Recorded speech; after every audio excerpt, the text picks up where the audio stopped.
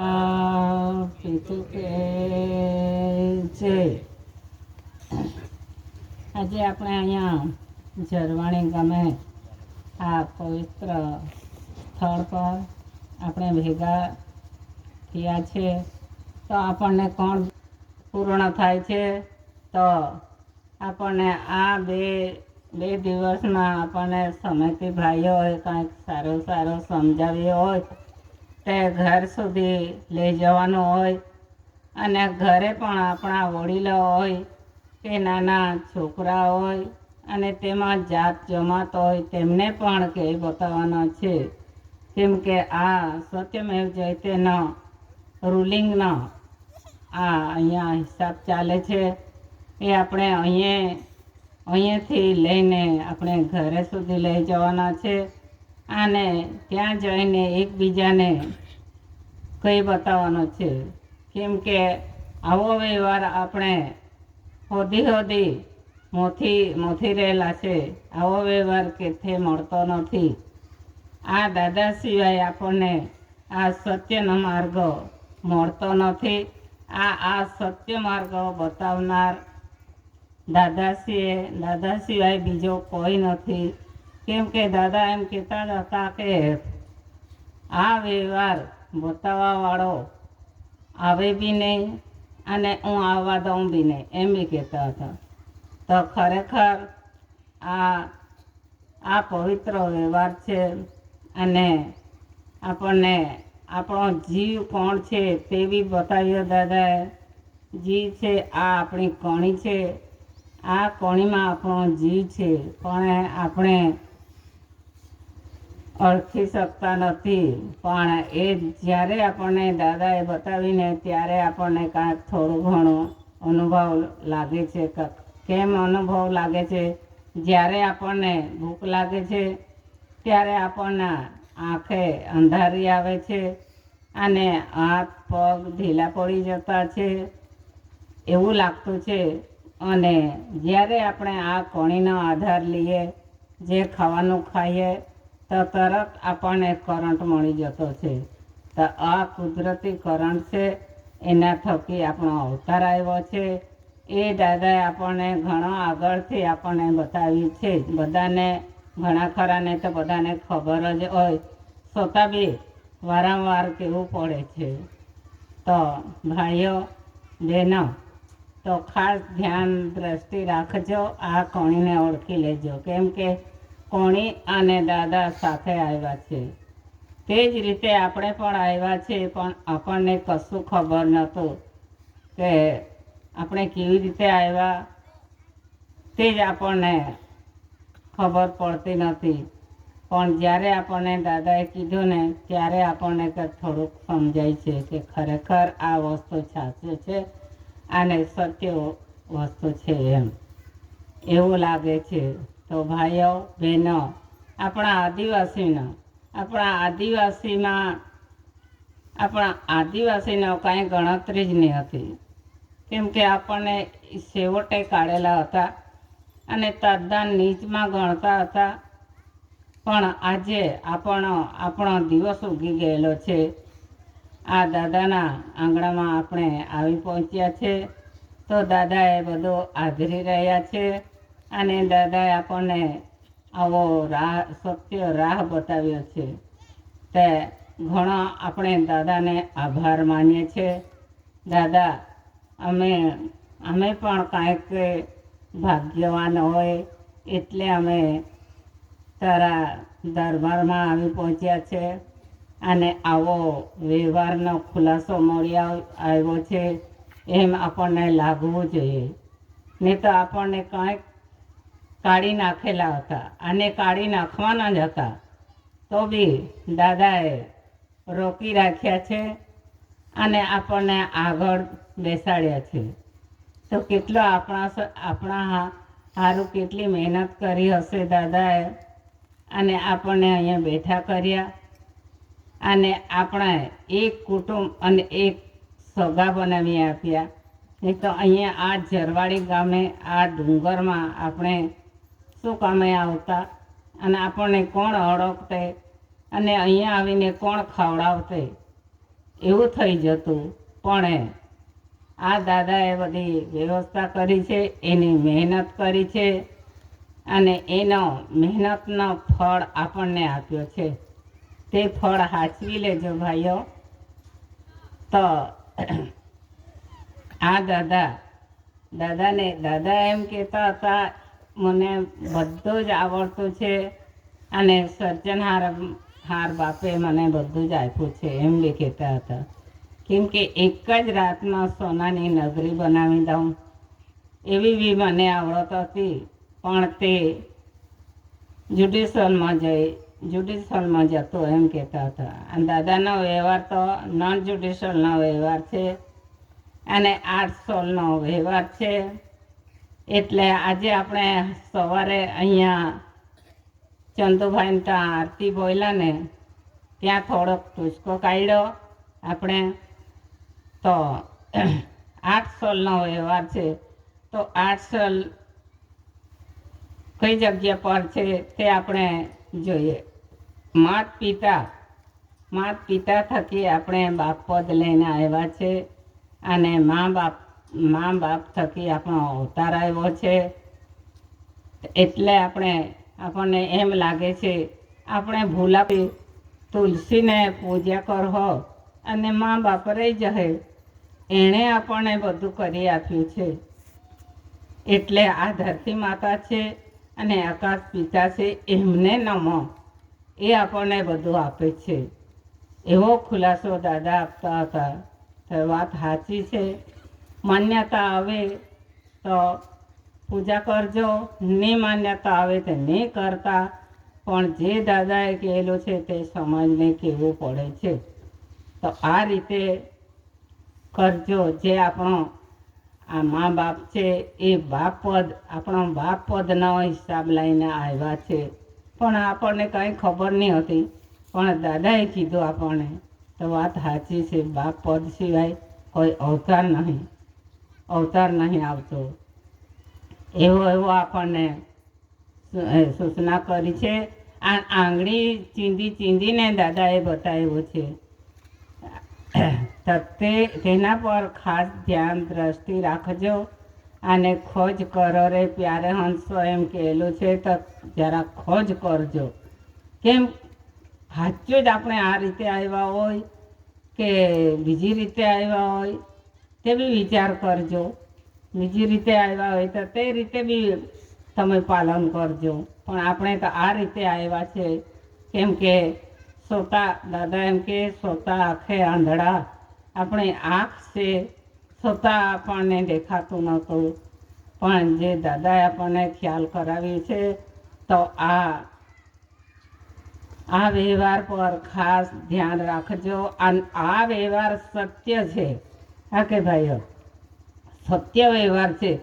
આ વ્યવહારને કેટલે સુધી છુપાવી રાખશે ને ઊંડો ખાડા ખોદીને ખાડામાં દબાવી રાખશે તો એ આ સત્ય ઉપર આવશે ને આવશે. આ રીતે આપણને બતાવી છે. ધીરે ધીરે એના સમય પ્રમાણે સત્ય ઉપર આવશે. કેમ કે પહેલાંના જમાના તો આ જ છે. પણ પહેલાં એમ કે કહેવત છે, તો આ સત્ય છુપાતું નથી. કેમ કે કહેલું છે, કઈ જોગથી સત્ય છુપાઈ જશે, પણ છેવટે સત્ય યુજાશે થશે. અરે બાપા, આ સત્ય કઈ યોગથી છુપાવી મૂક્યું છે. પણ એ સત્ય ઉજસ થશે ને થશે જ. સત્ય કોનાથી દબાશે નહીં. અને તે જ રીતે આ સૂરજ છે.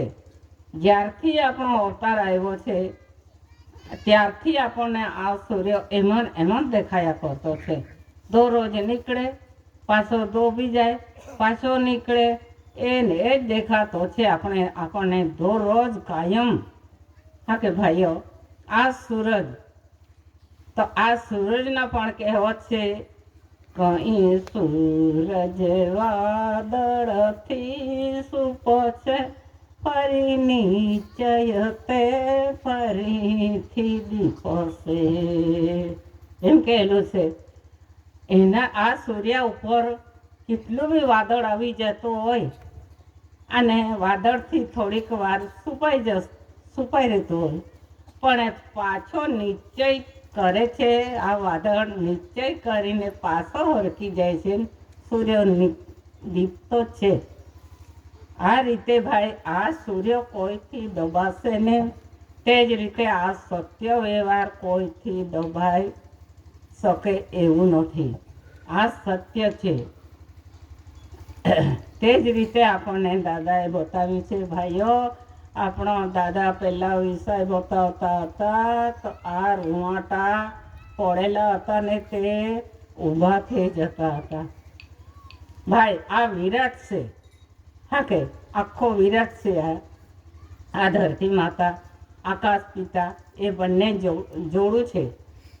આ આખા વિરાટમાં આપણને શું દેખાય છે?